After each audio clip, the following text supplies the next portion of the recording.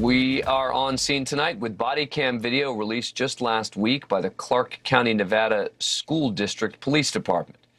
Two officers responded to reports of a fight at a high school and a weapon in a vehicle. Police said the fight stemmed from taunting on social media. Car parked right here. It was 4 students. Control George 635. Officers were talking to administrators as students were leaving for the day when the car they were looking for came speeding by, circling around buses. Control George 635. I have a vehicle that flashed a 413 at students in the east parking lot. It's going to be a black Ford Fusion. Arizona plate, stand by. Get out of the way! Stop the car! Stop the car! Stop it! George 635, shots fired! Shots fired! The Ford Fusion targeted a group of students, hitting a girl. The driver kept going, swerving around officers over a parking bumper and towards buses. Students scrambled to get out of the way. Officer Christopher Knight fired 3 shots at the car to try to get the driver to stop. The car left the parking lot, but the driver and a passenger went to the hospital with non-life-threatening gunshot wounds. Police found a gun in the car and booked the driver into juvenile detention for battery, possession of a dangerous weapon on campus, and disregard for public safety. The girl hit by the car suffered only minor injuries. This incident remains under investigation. Joining me now is Attorney Shaka Johnson. He's also worked as a detective in Fulton County, Georgia. Shaka, good to have you back on the program. Appreciate it. All right, so take me through this for a moment from the officer's perspective, who sees the car coming towards those students, and what that officer can and should do. Well, there's a big difference, and thank you for sort of making that sort of segue. What you can do and what you should do and what was done here are all 3 different scenarios.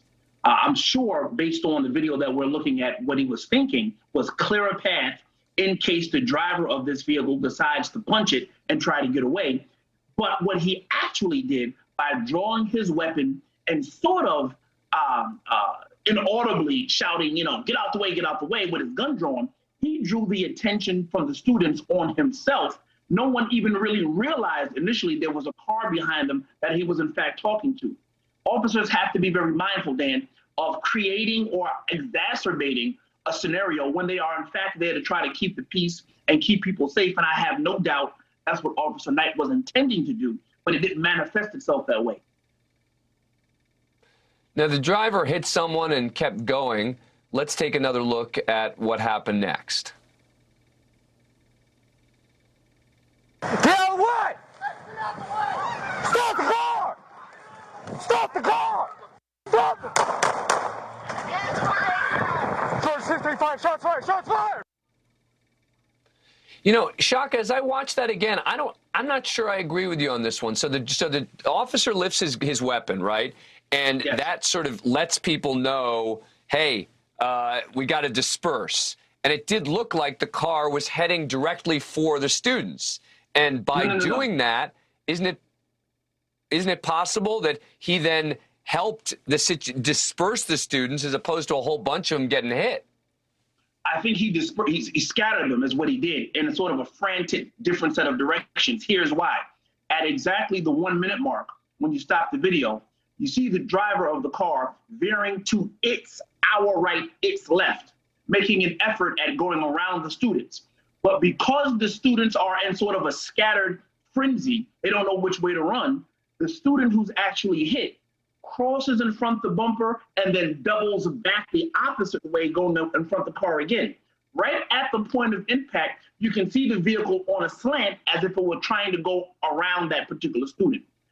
I don't see the speed off, and clearly there are some news reports that suggest after the student is hit is when Officer Knight took out his weapon and tried to, dispatch some orders. But that's really not what happened. My lying eyes don't deceive me. I do believe that officers have a very difficult role. They have to make split-second decisions that you and I get to go back and splice down into seconds. They don't get that opportunity. When he pulls his weapon here, as being shown right now, when he pulls his weapon and starts, get out the way, you create a state of havoc. Those kids who are crossing the street, that doesn't say to them, we should disperse. That says, let's get them out of here. And they're running in all sorts of directions, which kind of creates a more harrowing scenario. Yeah, I hear you. But as I watch it, I think he's in a very difficult spot there to make that decision. And it turns out that it was out of state license plate there. None of the teens in the car is a student at the school. Police say it apparently started on social media, which is also, I don't know. It all makes it a little bit more threatening to some degree because it doesn't feel like just something that happened inside that school. But look, these are the sorts of evaluations, the kind of evaluation you're doing that they do in these investigations when they evaluate the use of force, everything moment by moment. And that's the beauty of actually having video. Shaka Johnson, thank you so much for coming on the show. Appreciate it. Yeah, thank you so much as always. Thank you for watching. Click the red subscribe button below so you can get more of NewsNation's fact-driven, unbiased coverage.